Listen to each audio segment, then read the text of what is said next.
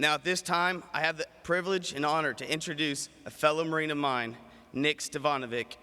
At the age of 20, Nick joined the United States Marine Corps and served as a rifleman with 3rd Battalion, 6th Marines. He did 2 tours in Afghanistan and 1 in Iraq and earned the Combat Action Ribbon for fighting.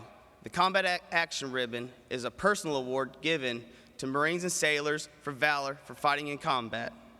Ladies and gentlemen, please join me in welcome Nick Stevanovic.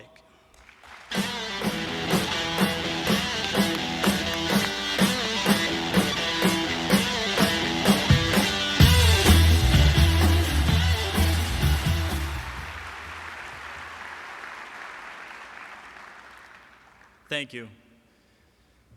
Okay, I want to start by saying, please excuse my nervousness. The largest crowd I've spoken in front of before has been 50 people. My goal here today is to quickly explain to you how the process works and how, from our perspective, you are saving lives, so that when you walk away from this room, you can always know that what you're doing is not a waste of time, not a waste of money or resources, how important it is. I'm not going to stand here and tell you war stories because that's not what's important right now. What's important is what happened after. When I came home from the military, I was completely severed from society. The problem was that I was also severed from the Marine Corps. So I was alone, I had nothing. Drugs and alcohol, I think, is important for people to understand that people don't use these substances for no reason. They offer something. It becomes a matter of controlling the pain. For me, I had already accepted that my days were numbered. I remember constantly thinking I was not supposed to come home.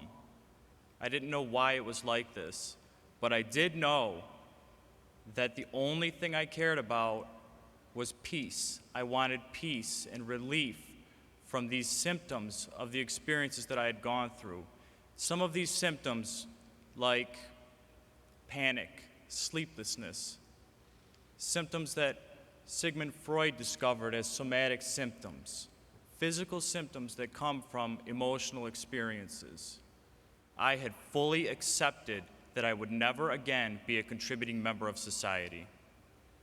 Fortunately for me, the drugs had not killed me before I was introduced into Judge Marks's Veterans Treatment Court.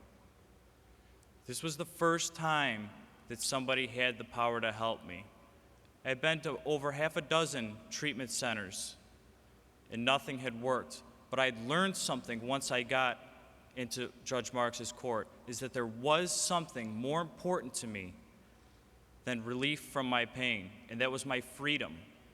And she was the only one who had the power to offer me help by saying, I believe you can become a contributing member of society again.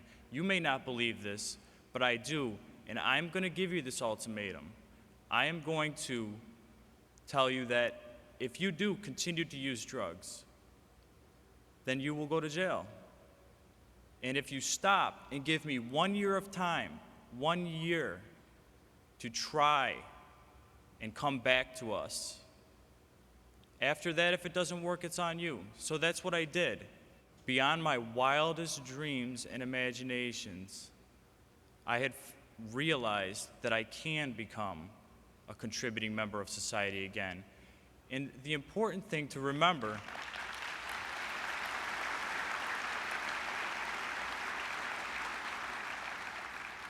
the most important thing that I want everybody to know is that my story is not exceptional. My story is no different from all of the other veterans that are going through your courts now. Every one of those veterans experiences the same process in returning to society. And it is possible for them all to come back. And that is what we are offering them with these treatment courts. I'm standing here with 1 semester left of my undergrad to get my substance abuse counseling degree and go to grad school.